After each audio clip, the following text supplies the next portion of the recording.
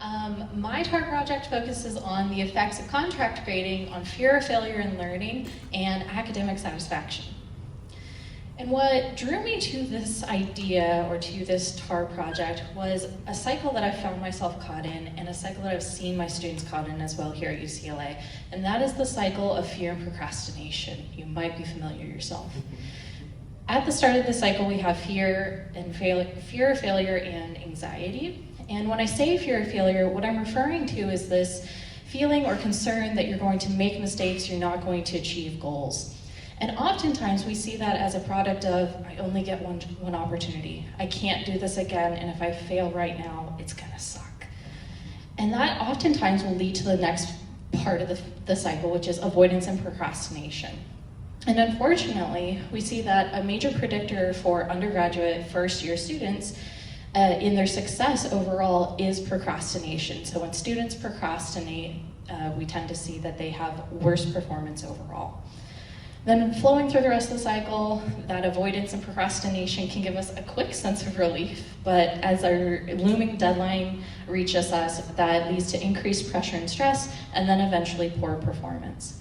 And we see performance as a variety of negative outcomes, including academic performance overall, but also self-esteem. And as we end the cycle, that poor performance confirms the fears that we started with, and we just perpetuate the cycle on and on. And so the question that I had for my TAR project was, how can we as educators mitigate this process? And as I was looking into ways that we might be able to do so, I came across non-traditional grading. And more specifically, I was interested in contract grading. And contract grading refers to outlining the tasks, level of work, and behaviors that your students are required to fulfill in order to achieve a certain grade. And I have a couple of examples down here. These are not my own contracts, but just a couple of examples of what a contract for an A would be and a contract for a B. And in contract grading, a big portion of what this setup is meant to do is it is meant to allow students to revise and resubmit their work. So they have multiple opportunities to take the feedback that you're giving them and implement it. And contract grading has been connected to higher grades, higher course satisfaction, and higher feelings of control when learning. So I thought it would be a great way to test my TAR project. And just to give you a sense of what I actually used for my class in introductory psychology, this was part of my syllabus. So the contract for an A+, contract for a B+, and C+. And you'll see, sorry the text is so small, but you'll see across them that there's more effort, more detail at the A level as compared to the B and C levels. But really trying to lay that out ahead of time of what they need to do. And there was this distinction in between a couple of my assignments in that some were satisfactory, unsatisfactory, you did it or you didn't. And there were some bigger tasks that I labeled as A level, B level, C level that had a corresponding rubric. And so an example of that rubric is here, and that across the top I've got the criteria that's being met and the A, B, C levels. And then below that, trying to give my students as much detail as possible of what do I mean by A level, because that is very non-descriptive. And so in each criteria, introduction, summary, whatever came after that, what am I expecting for each of those levels?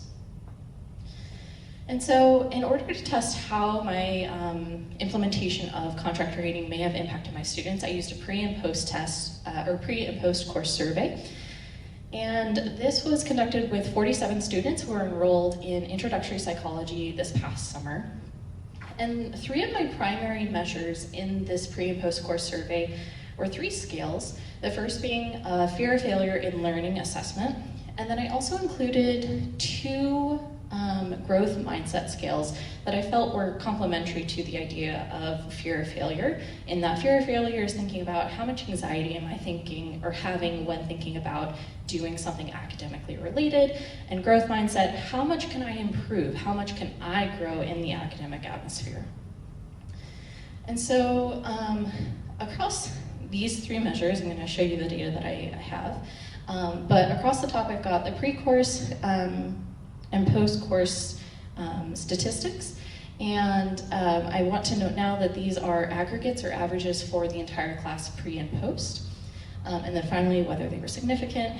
And this might be the big unveiling, but it lacks any drum roll necessary, so I'm not gonna belabor the point. All of these came out to be non-significant. When I saw this, my little researcher heart just fell into my stomach, and I was like, ah, dang it. But there's a couple caveats, there's a couple things I wanna note. First, these are not matched pair samples. So in order to completely anonymize and try to give my students the feeling of full anonymity when they took these, I didn't collect any identifying information, which did limit my ability to analyze this the proper way after the course. So that might be one way to improve the statistical portion in the future. Additionally, I'm testing traits, and in psychology we often talk a lot about the difference between states and traits.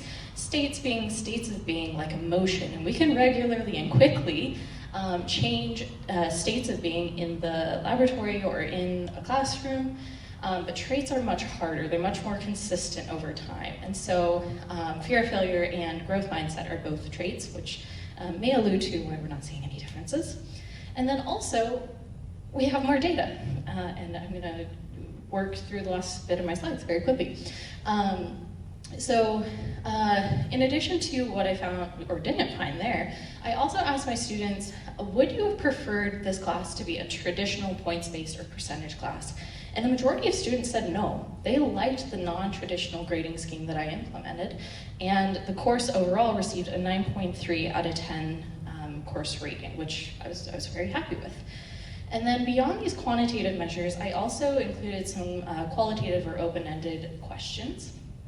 And when I went in and coded these questions, one specific question that I was looking at was, how do you define failure and how do you define success pre and post course? And the big shift that I saw was that in the pre-course, students talked a lot about outcomes. They were very outcome focused. And then after the course, they were much more process oriented. And the biggest way that I saw this was talking about grades. And so before the course, students would define success and failure in terms of letter grades. One student very succinctly says failure is anything below an A-, success is A- or above. But after the course, I'm seeing other mentions of things. I'm still seeing grades, we haven't completely abolished them, but we're now seeing other types of language. For example, one student says, failure is when I don't put in my full effort into something. For me, that translates into getting less than an A because I'm incapable of getting an A. We're seeing more language about what else success can be or what else failure could be. And kind of moving in tandem with that, I also noticed this language about failure being an end result or a stopping point versus failure being part of the process. And so before the course, I saw students saying things like, getting into my dream university and scoring high is a success, otherwise it's a failure. It's just the stopping point, you did it or you didn't. But after, I'm seeing things like failure is a temporary falling short of an expectation, or failure is a chance to grow.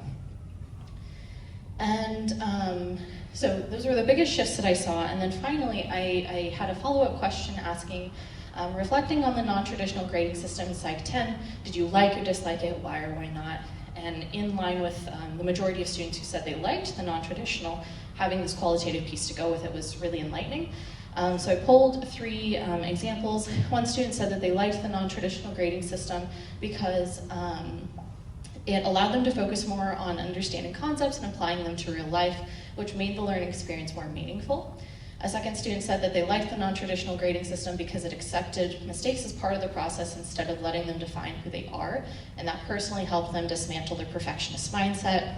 And then finally, a student said that they liked the non-traditional grading system in psych because it felt more motivating than limiting since they could take risks and learn without the fear of failing in the traditional sense. And with that, I want to say thank you all for being here, for listening to this talk, and give a special thanks to SEALS and CERTL offices. This has been the highlight, not one of, the highlight of my graduate experience here at UCLA. It's helped motivate me and keep me in my program. Thank you for, at an R1 university, talking about teaching in such a positive way. I really appreciated that. And a very special shout out to Benjamin Ha. I really appreciate all of your help in facilitating this project. Thank you.